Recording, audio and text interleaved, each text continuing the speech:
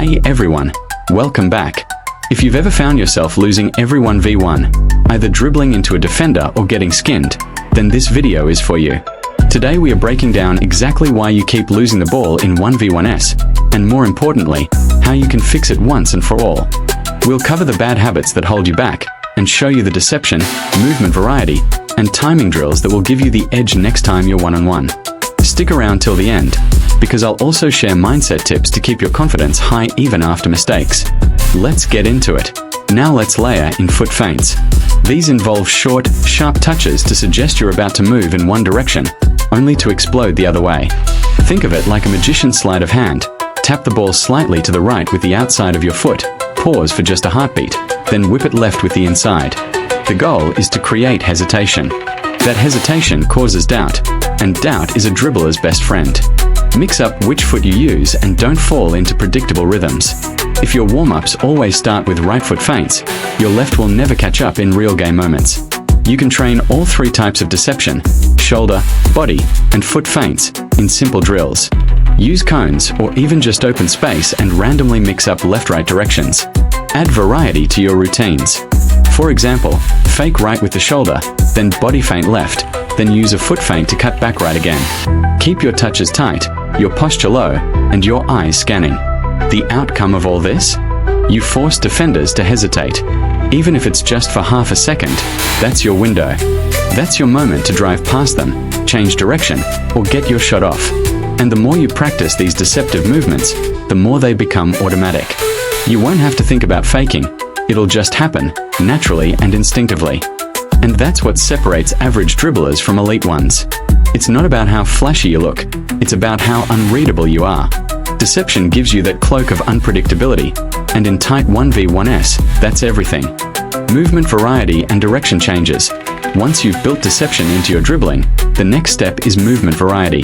This is where a lot of players fall short. They become too one-dimensional. You can't just attack in straight lines. If your only move is to push the ball forward and sprint, good defenders will read you like a book. What separates high-level dribblers is the ability to move in multiple directions, at varying speeds, with complete control. Start by practicing L cuts, pulling the ball back and then pushing it out sideways in an L shape. These are incredibly useful when trying to escape pressure, especially if a defender is tight on your back. Next, incorporate rib dribbles, where you tap the ball between your feet like a boxer moving around their opponent, left, right, shifting weight and direction constantly. Mix in inside-out flicks, where you quickly fake inward with the inside of your foot, then flick the ball outward with the outside. It's a smooth, compact way to change angles without big touches. You should also master the half turn. It mimics receiving the ball under pressure and turning diagonally to escape. Practicing this will help you become more unpredictable when you're receiving or carrying the ball, especially in tight midfield situations. Pair these moves with scissors or stepovers. The key here isn't to look flashy, it's to force your defender to commit. When they shift their weight, that's your cue to burst the opposite direction. Another often overlooked tactic is using the sideline as a weapon. Most players avoid it, but smart dribblers know how to use that space to their advantage. Practice cutting diagonally toward the line, then sharply dragging the ball backward before exploding forward again. That quick shift of direction, especially when paired with a body fake, throws defenders completely off balance. It's not always about pure speed. Often, it's about the timing and angle of your change that creates space. To level this up, blend these movements with agility drills. Use a ladder or cones and add lateral steps, 90-degree pivots, and micro stop-start patterns into your routine. Move quickly through the grid, then immediately follow with a dribbling pattern that includes 2 or 3 direction changes. This not only builds coordination but also simulates the reactive movement you'll need in real match scenarios. The ultimate goal here is to disrupt rhythm. Defenders love predictability. When you dribble at the same speed, with the same angles, you become easy to lock down. But when you constantly change direction, pace, and posture, you become hard to read, and even harder to stop. Changing speed and acceleration timing. Now let's dive into one of the most underrated and most effective tools in 1v1 dribbling, changing speed and timing your acceleration. This is your secret weapon. When used correctly, speed variation becomes the difference between getting locked down and breezing past defenders. The goal isn't to be fast all the time, it's to be fast at the right time and slow when it sets the trap. Think of it like this. When you start off slow, you're sending a signal to the defender, this isn't urgent. They relax. Their stance loosens. They drop their intensity just a little. That's when you strike. In a split second, you switch gears, explode into space, and suddenly, they're too late.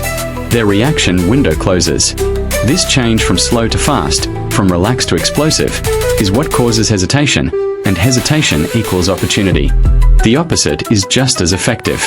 Go in fast, make them think you're committed to a sprint or a direct move, then hit the brakes. Stop dead. Defenders hate this. Their momentum carries them forward while you're already shifting sideways or backwards. That quick deceleration followed by a direction change can create just enough space to cut inside, shoot, or pass. One great way to train this is through stop-and-go drills. Push the ball forward with one aggressive touch, then immediately pause or slow with a light touch or sole stop. Then explode again, left or right. Practice this rhythm over and over. Burst, break, burst. It builds muscle memory and teaches your body how to control tempo in a way that manipulates your defender's movements. Another key concept is burst timing. It's not just about being fast, it's about knowing when to go. If you always sprint as soon as you receive the ball, you're readable. But if you mix your bursts, sometimes holding it for a second, other times flicking it instantly, you become harder to track. The defender doesn't know whether to step, hold, or retreat. Film yourself or run 1v1s with a training partner. Watch how your pace changes, or doesn't. In most cases, you'll notice that your dribbling has a consistent tempo, which makes it predictable. To fix this, deliberately train with 4 speed levels: slow walk, controlled jog, quick shuffle, and explosive sprint. Move in and out of these gears randomly during drills. This forces your brain to become comfortable with tempo variation, not just straight line speed. Ultimately, the more you play with rhythm, the more difficult it becomes for any defender to time their tackle. They start second-guessing, hesitating, and that's exactly where you take control. Ghost dribbling and reaction training. At this point in your development, footwork alone isn't enough. You need reaction speed. Dribbling in a 1v1 isn't just about technique. It's about how fast you can process what's happening in front of you and respond without hesitation. That's where ghost dribbling and reaction training come in. Ghost dribbling is a powerful way to sharpen your mind and body connection. The concept is simple. You move with intensity and intent, mimicking dribbling footwork and body shifts, but without touching the ball. Your goal is to work on balance, agility, and quick decision-making without relying on the ball as a crutch. You'll be reacting to either a visual cue, like a flashcard or a cone, or an audio cue, like someone calling out left, right, cut, or explode. This forces you to shift directions based purely on external stimulus, just like you would in a match when a defender suddenly steps toward you or blocks a lane. These drills are especially useful when done with a partner or coach. Have them stand in front of you while you ghost dribble.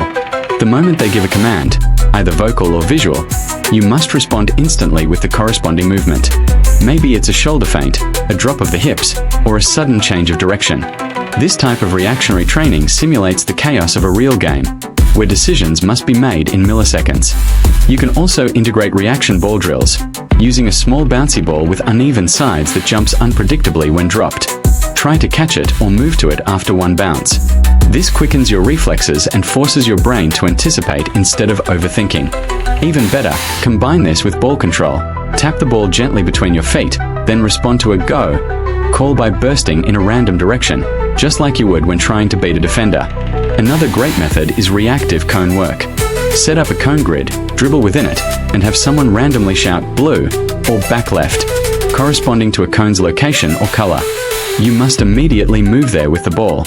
This is great for building spatial awareness, knowing where you are and how to escape without thinking too much. What's the point of all this? In a real 1v1, you often get caught not because of poor footwork, but because of mental delay.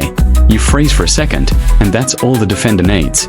But the more you train your reactions in controlled chaos, the more automatic your dribbling becomes. You stop overanalyzing. You move with instinct. You become unpredictable, fast, and hard to read, even under pressure. So, don't just train your feet.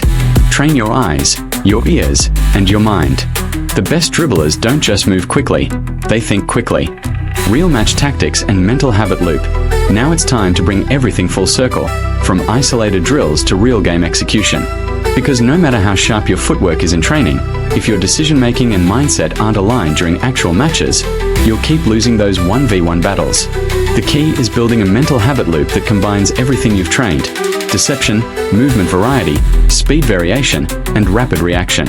The moment you receive the ball in a game, your first responsibility is to scan. Quickly assess your surroundings. Where are the defenders? Are they closing fast or jockeying? Is there space behind them or to the side? That information should shape your next move. Don't just dribble randomly.